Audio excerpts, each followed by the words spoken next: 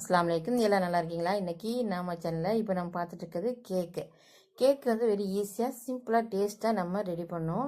வீட்டிலையே நல்லா சூப்பரான பேக்கரி அளவுக்கு அந்த கேக் நல்லா இருந்துச்சு, செமையாக வந்துச்சு, சூப்பராக இருந்துச்சு, அழகாக இருந்துச்சு, சாப்பிட்றதுக்கு ரொம்ப டேஸ்ட்டாகவும் இருந்துச்சு. வாங்க இப்போ வீடியோக்குள்ளே போய் என்ன பொருட்கள் என்று பார்த்துடலாம்.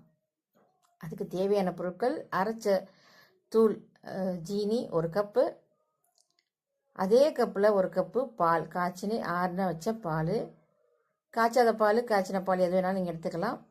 அது ரெண்டையும் சேர்த்து ஒன்றா கலந்துருங்க, ஒரு பாத்திரத்தில் போட்டு நல்லா கலந்துருங்க. உப்பு கொஞ்சமாக சேர்த்துக்குங்க. சேர்த்துட்டு நீங்கள் அதையும் சேர்த்து நல்லா கரைச்சி விட்ருங்க. நல்லா கரைஞ்சி வரணும். இதுக்கு 2 கப்பு மைதா மாவு இல்லை கோதுமை மாவு எது வேணாலும் நீங்கள் சேர்த்துக்கலாம். ஆனால் 2 கப்பு, 1 கப்பு எடுத்திங்கன்னா 2 கப்பு தான். 1/4 கப்பு ஆயில், ரீஃபண்ட் ஆயில், எந்த ஆயில் வேணாலும் எடுத்துக்கலாம். நீங்கள் வாசனை இல்லாத ஆயில் எது வேணாலும் எடுத்துக்கலாம். அதில் நம்ம அந்த மாவில் ஊற்றிட்டு ஆயிலை ஊற்றிட்டு சோடா உப்பு 2 ஸ்பூன் போல் போட்டுக்கோங்க. 2 ஸ்பூனா, சின்ன ஸ்பூனில் 2 ஸ்பூன், பெரிய ஸ்பூனாக இருந்தால் 1/4 ஸ்பூன் போதும். நம்ம கரைச்சி வச்சுருக்க அந்த பாலையும் ஜீனியும் நம்ம கொஞ்சம் கொஞ்சமாக ஊற்றி எல்லாத்தையும் ஒன்றா கட்டி போடாத அளவுக்கு நீங்கள் கலந்து எடுத்துகிட்டு வரணும். உங்கள் வீட்டில் நீங்கள் பீட்ரு வச்சுருந்தா கூட பீட்ரில் அடிக்கலாம். அப்படி இல்லைன்னா நீங்கள் கம்பி வச்சுருப்பீங்க, முட்டை அடிக்கிற கம்பி, அது மாதிரி வச்சுருந்தா கூட நீங்கள் அதில் கூட நீங்கள் கலந்து கொண்டு வரலாம். கட்டி போடாமல் இருக்கணும், அவ்வளோதான். கொஞ்சம் கொஞ்சமாக நம்ம எடுத்து வச்சுருக்க பால் எல்லாத்தையும் ஒன்றும் சேர்த்தாச்சு. பத்தலைன்னு சொன்னால் இன்னும் கொஞ்சம் கூட நீங்கள் பால் சேர்த்துக்கலாம்.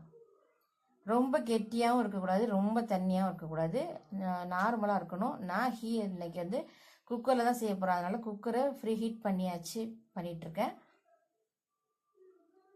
ஃப்ரீ ஹீட் பண்ணலைன்னு சொன்னால் கொஞ்சம் வேகமாகவே நீங்கள் அந்த நேரத்துக்கு நீங்கள் வச்சுக்கலாம். நம்ம இப்போ எதில் ஊற்ற போகிறோமோ அந்த பாத்திரத்தை எடுத்து எண்ணெய் தடவிடுங்க. எண்ணெய், நெய் எது வேணால் நீங்கள் தடவிக்கலாம். தடவிட்டு அதுக்கப்புறம் நம்ம கோதுமை மாவு அதில் கொஞ்சம் போட்டு அதை எல்லா பக்கம் படுற மாதிரி தட்டி தட்டி விட்டு கொண்டு வந்துடுங்க.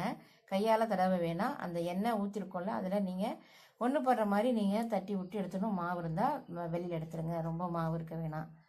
இப்போ நம்ம வந்து சூடு காட்டி, நம்ம குக்கரில் சூடு காட்டி நம்ம இதை ஊற்ற போகிறதில்ல. அதில் ஸ்டாண்டு வச்சு கரெக்டாக இருக்கா அப்படிங்கிறத பார்த்துட்டு எடுத்து நீங்கள் வெளியில் வச்சுட்டு அதில் நீங்கள் நம்ம கரைச்சி வச்சுருக்க அந்த கலவைகள், அந்த கேக்குக்குள்ள கலவை எல்லாத்தையும் நீங்கள் ஊற்றணும். நான் ஊற்றும் போது எப்படி இருக்குது அப்படிங்கிறத பார்த்துங்க. இப்படி கொஞ்சம் தண்ணியாகவும் இருக்கணும், ரொம்ப கெட்டியாகவும் இருக்கக்கூடாது, இந்த பதம் இருக்கணும். வச்சுட்டு நம்ம வச்சு மூடி வச்சாச்சு. இப்போ கொஞ்சம் தட்டி விட்ருங்க, அந்த பபிள்ஸ்லாம் இருக்கிற மாதிரி இருக்கும். அதனால் ஊற்றின அந்த பாத்திரத்தை எடுத்து நல்லா தட்டி விட்டு உள்ளார வச்சாச்சு. நான் 10-15 நிமிஷத்துல நான் திறந்து பார்த்தேன், இன்னும் கொஞ்சம் வேகிறது இருந்துச்சு.